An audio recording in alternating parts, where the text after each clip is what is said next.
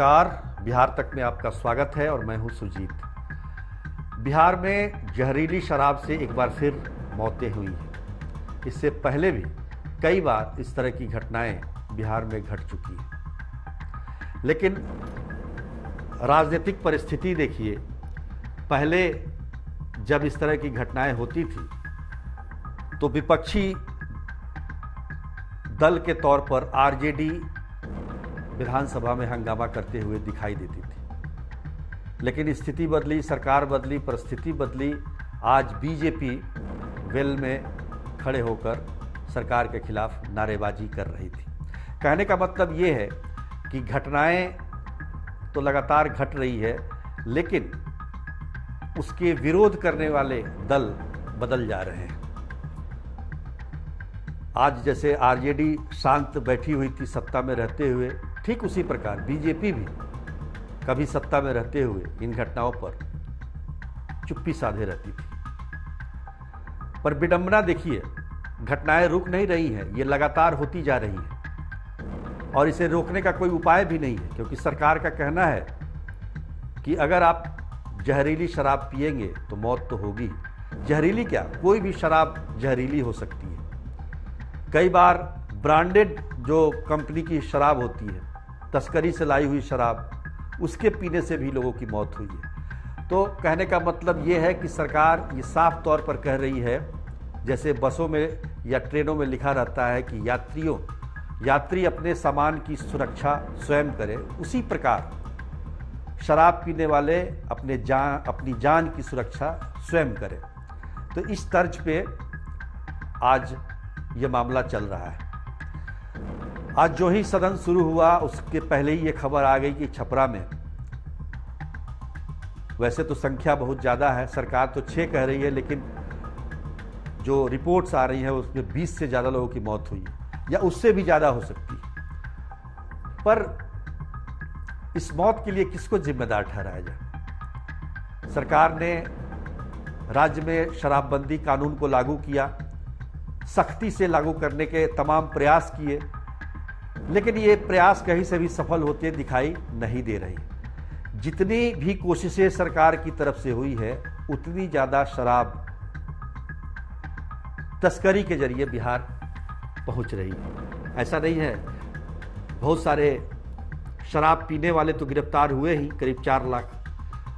जो शराब बेचने वाले हैं वो भी गिरफ्तार हुए। कई माफियाओं को दूसरे राज्यों से पकड़कर सरकार लाई, लेकिन बावजूद इसके कि इसमें इतना ज़्यादा पैसा है कि सारे कष्ट लोग भूल के इसी धंधे में लगे हुए हैं। और यही नतीजा है कि तमाम कोशिशों के बावजूद जल, थल, वायु सब तरह से कोशिश करके देख ली गई, लेकिन ये शराबबंदी पूरी तरह से बिहार में लागू नहीं हो पाई। ड्रोन से निगरानी की जा रही है, मोटर बोट से नदियों में शराब को खोजा जा रहा है, हर एक बॉर्डर पर चेक पोस्ट लगाए गए हैं। तो आखिर जब इतनी व्यवस्था है, सरकार करोड़ों रुपए खर्च कर रही है इन व्यवस्था को लागू करने के लिए, उत्पाद विभाग की एक अलग पुलिस टीम बनी हुई है जो शराब पीने वाले, शराब बेचने वालों को पकड़ती है। फिर आखिर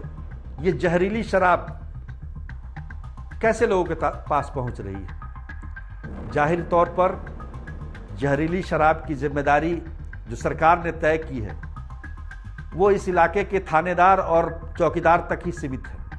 ऊपर के लोग इसमें शामिल नहीं हैं, डीएम, एसपी इसमें शामिल नहीं है। तो नतीजा ये है कि घटनाएं लगातार घटती जा रही हैं।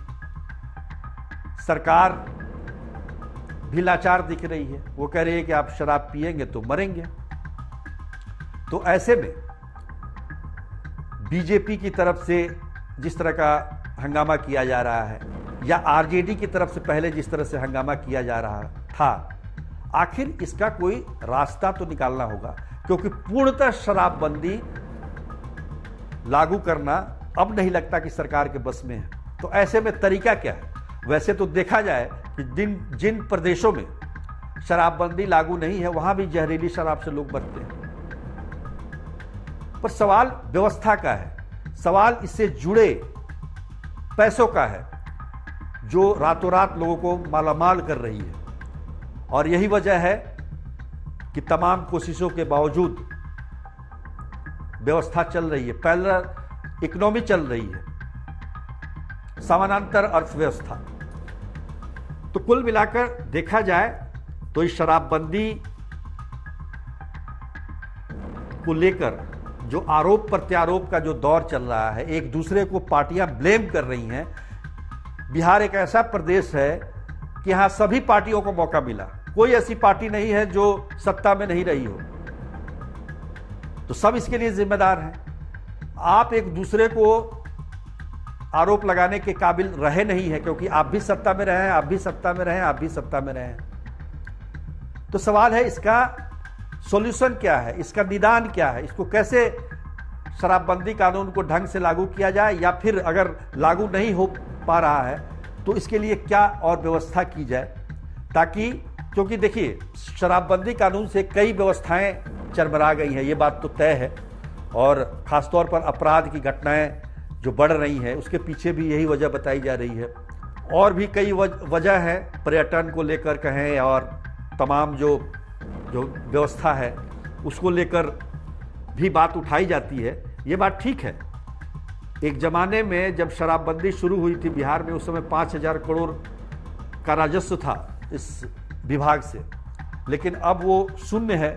और शून्य क्या है, उसके अलावा और खर्च किए जा रहे हैं उसको और सख्ती से लागू करने के लिए। और जितने ज़्यादा पैसे खर्च किए जा रहे हैं उतनी ही ज़्यादा शराब की तस्करी भी बढ़ती जा रही है। तो ऐसे में कोई बीच का रास्ता निकालना होगा, नहीं तो आने वाले समय में स्थिति और भी विकट हो सकती है। ये केवल एक दूसरे पर डालने से काम नहीं चलेगा, सब पार्टियों को मिल बैठकर इसका कोई स्थायी निदान निकालना होगा, ताकि